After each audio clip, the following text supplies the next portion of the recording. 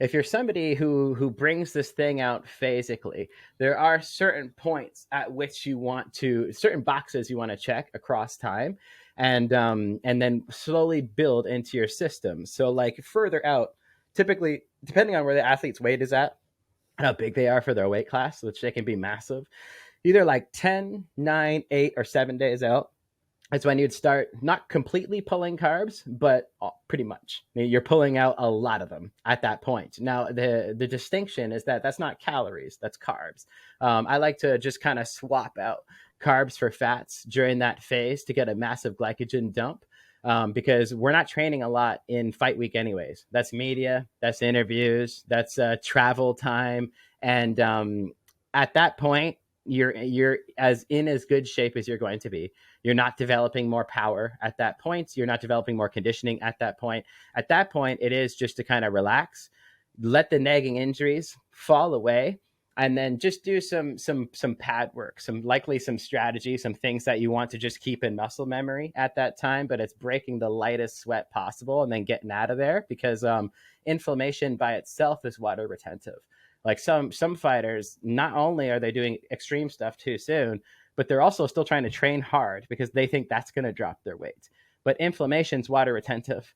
So they're actually retaining this thing from trying to do this intense hit session of cardio that they have in their brain that works for them, that just simply doesn't if they took a better approach. So early out, it's the intention that camp is actually over 1 week out. It doesn't extend to fight day.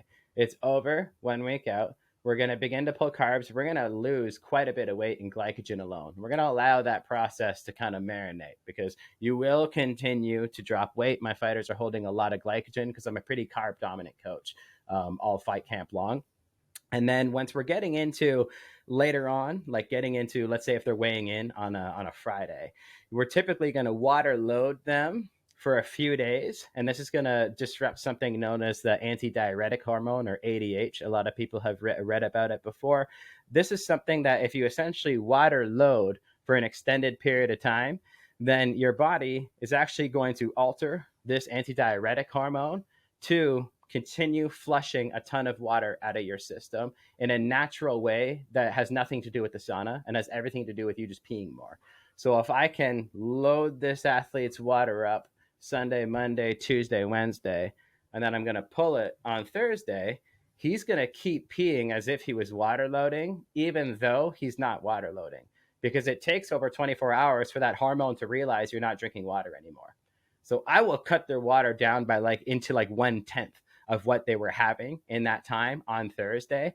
And that's basically just sips with meals, so that they can have something to keep their mouth wet and have something so their mouth isn't cotton mouth during all the interviews and stuff like that, and just so they can digest more efficiently. But he's going to pee like a motherfucker all Thursday, and that's what I would refer to as the second passive strategy.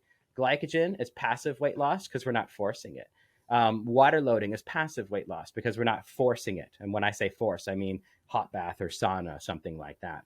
And then we're also going to do sodium manipulation too. I'm going to give him more sodium, then I'm going to pull that as well. And then that's going to allow for even more water to be lost naturally, because now we're manipulating water, but we're also manipulating electrolytes.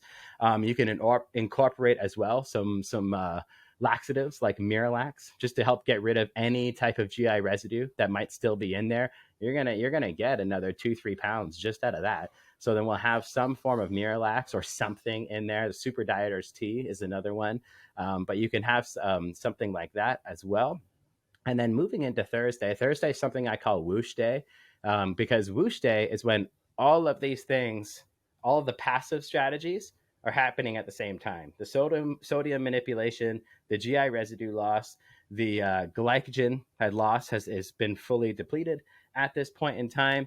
And then on top of that, this is when we can finally see where the weight is at and how much sauna we're even going to need. And he's eating the whole time still. We're still having proteins. We're still having fruit. We're still having healthy fats. These things are still in there, which is unheard of in the fight world.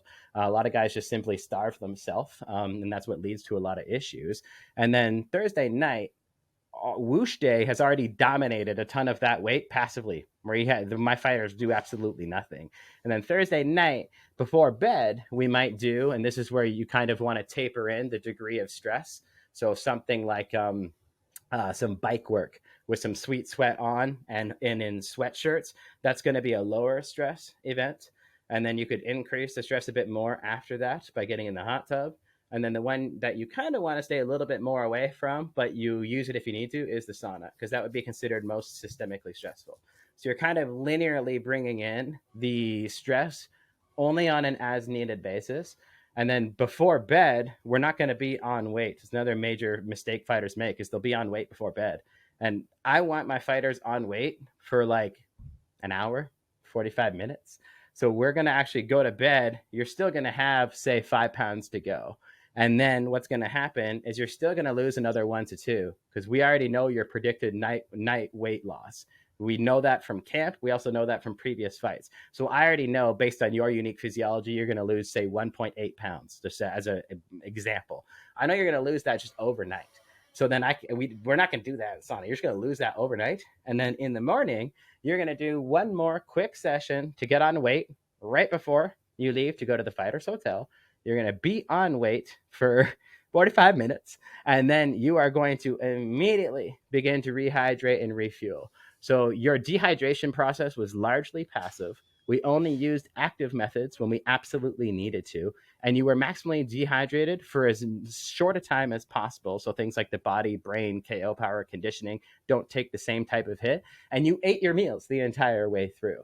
There's of course like a lot of science and very specific electrolyte calculations and water manipulation that needs to be done in that framework.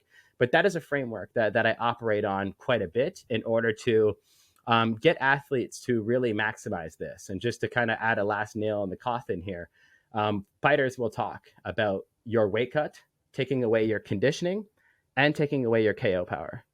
O'Malley actually set a UFC record for most punches thrown in a 3-round fight. So his weight cut is not impacting his conditioning, and the world already knows that it's not impacting his KO power. So this is something that's working very well for him, that is just purely based on science and experience with my boy.